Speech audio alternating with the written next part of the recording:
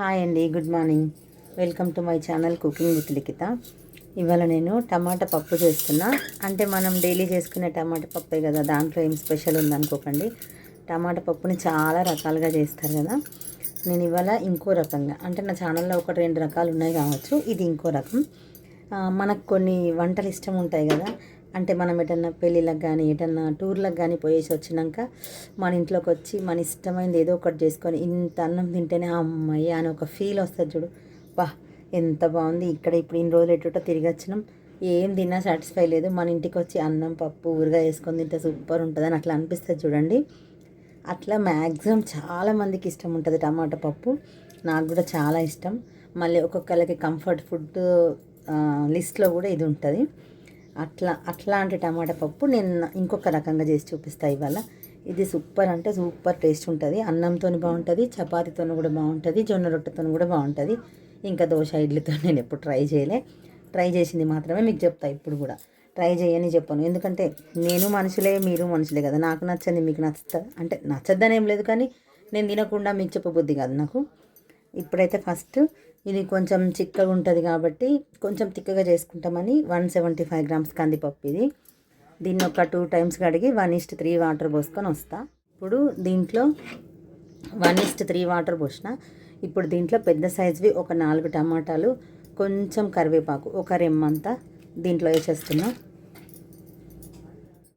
Next ఒక 2-3 మిరపకాయల్ని ఇట్లా కొంచెం ఇరిచేసి వేస్తున్నా. ఒక 10 వరకు ఎల్లిపాయలు ఒలిచిన, ఇవి కూడా దీంట్లో వేసేస్తా.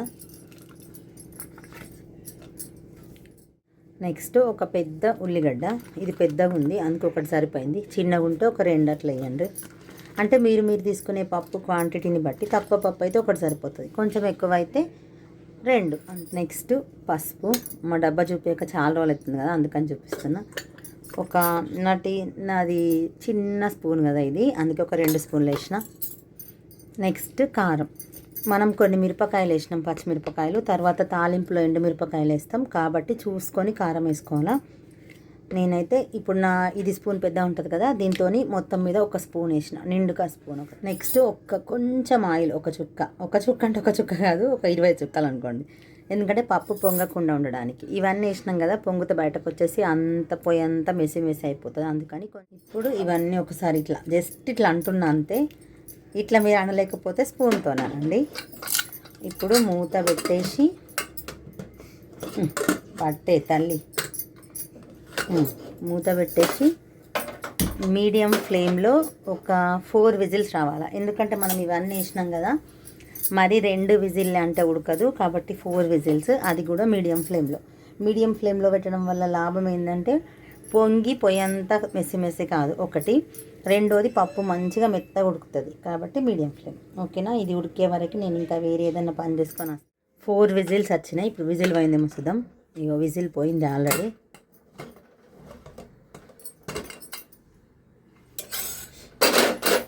ఇదిగోండి, పప్పు మంచిగా ఉడికిపోయింది మెత్తగా. సాల్ట్ ముందే వేయద్దు, సాల్ట్ ముందే వేస్తామంటే పప్పు అస్సలు ఉడకదు. ఇప్పుడు మళ్ళీ నార్మల్ పప్పు పెడితే, అంటే ఓన్లీ కందిపప్పు ఉడకబెడతాను చూడండి, అప్పుడు ఇంకా స్మూత్గా ఉడుకుతుంది. ఇవన్నీ వేస్తే ఇంకా కొంచెం ఇక బద్దలు అక్కడక్కడ ఉంది, అవి కొంచెం ఇట్లా స్మాష్ చేస్తే పోతుంది. కానీ సాల్ట్ వేస్తే మాత్రం మీరు 10 విజిల్లు తీసినా అది సరిగ్గా ఉడకదు, కాబట్టి సాల్ట్ మర్చిపోవద్దు, ముందు మాత్రం వేయొద్దు అస్సలు. ఇప్పుడు ఇది ఉడికిపోయింది కదా. నెక్స్ట్ ఇది ఒక నిమ్మకాయ సైజ్ అంత చింతపండు, దీన్ని కొంచెం నానబెట్టిన. ఇప్పుడు రసం తీసుకొని వస్తా ఒక 1 మినిట్లో. ఇప్పుడు దీంట్లో పోసేస్తున్నా. ఇగో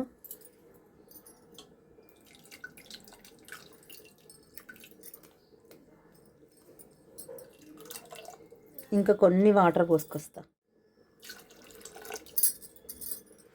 ఇప్పుడు స్టవ్ ఆన్ చేస్తున్నా.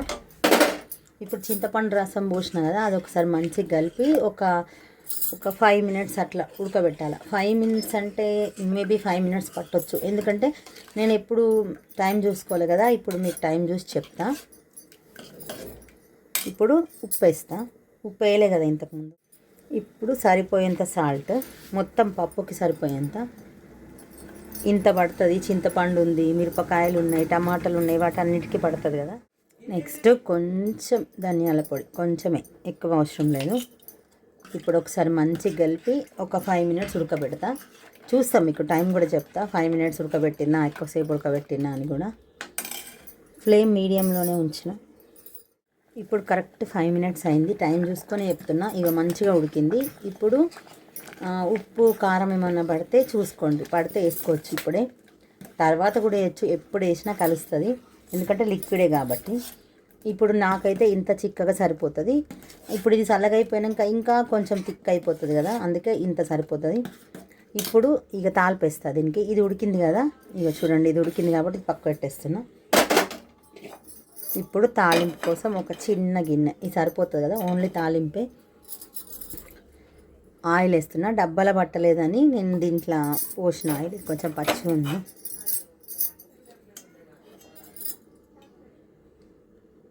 తాలింపుకి సరిపడే ఆయిల్. పప్పు కొంచెం ఎక్కువ క్వాంటిటీ ఉంది కదా, ఒక్క చుక్క ఎక్కువ, మరీ ఎక్కువేమేలే. చూడండి, ఇక ఇంత ఆయిల్ సరిపోతుంది. మరీ ఆయిల్ లేకపోతే కూడా టేస్ట్ రాదు కదబ్బా, అందుకని వేయాలి. తగ్గించే కాడ తగ్గిస్తా. ఇప్పుడైతే ఇంత వేసిన, మళ్ళీ మర్చిపోయిస్తానే ముట్టుకో. ఇప్పుడు ఆయిల్ కాగింది కదా, ఈ చిన్న టీ స్పూన్తో ఒక 2 వేసిన అనుకోండి. నెక్స్ట్ జీలకర్ర, కొంచెం మినప్పప్పు. పప్పు తింటే ఉబ్బరంగా అనిపించకుండా ఉండడానికి ఇగో 5-6 మెంతులు అంతే, అంతకు మించి అవసరం లేదు. ఇది కొంచెం మంచిగా ఫ్రై కావాలా. ఇప్పుడు ఎల్లిపాయలు, అప్పుడు కొన్ని వేసిన, ఇప్పుడు కొన్ని దంచలేను, ఉట్టిగానే వేసేస్తున్నా.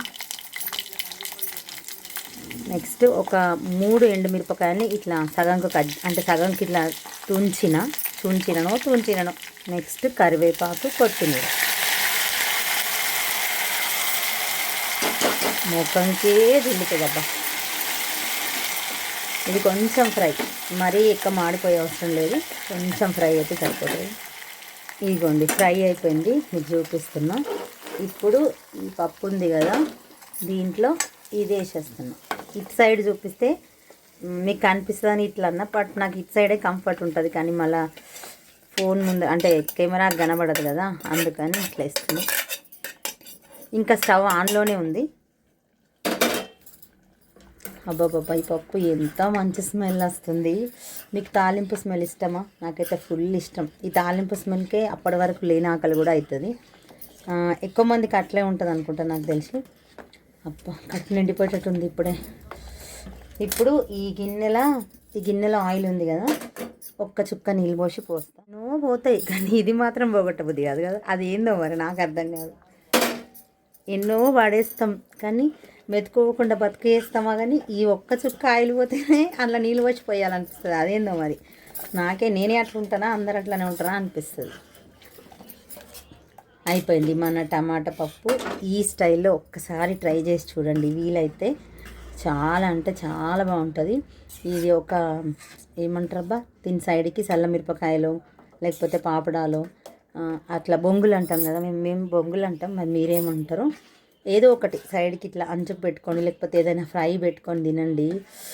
ఈ జీవితానికి ఇంకేం వద్దబ్బా, చాలా ఇంకా అనిపిస్తుంది, అంత బాగుంటుంది. నెయ్యి కూడా వేసుకోండి, మర్చిపోకండి, అది మాత్రం ఖచ్చితంగా. మళ్ళీ మధ్యలో పొయ్యి తుడవాలా, ఇది మర్చిపోద్దు, అది మర్చిపోద్దు. ఓకేనా? ఇవాళ మా టేస్టీ టమాటా పప్పు. ఓకేనా? బాయ్ అండి, మళ్ళీ రేపు కలుద్దాం. అయ్యో, చెప్పుడు మర్చిపోయినా కదా, స్టవ్ ఆఫ్ చేస్తున్నా. మళ్ళీ గుర్తుకొచ్చి మళ్ళీ వచ్చిన. ఇదిగోండి, ఆఫ్ చేసిన, మూత పెట్టేసిన. బాయ్ అండి.